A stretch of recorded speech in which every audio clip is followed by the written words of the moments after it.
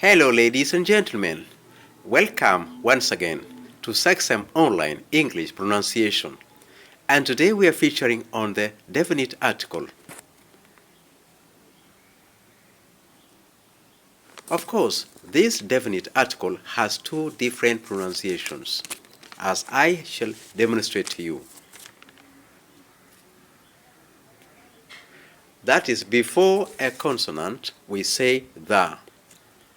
And before a vowel, we say the. The table, the window. But before a vowel, we say the orange thieves, the elephant, So that's how to apply.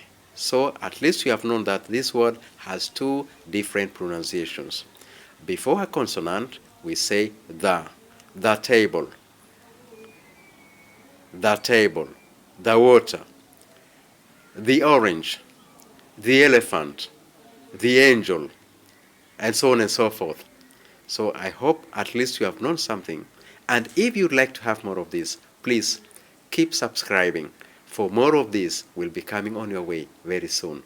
Thank you for taking up your time. Have a nice time. Have a nice day. Ciao.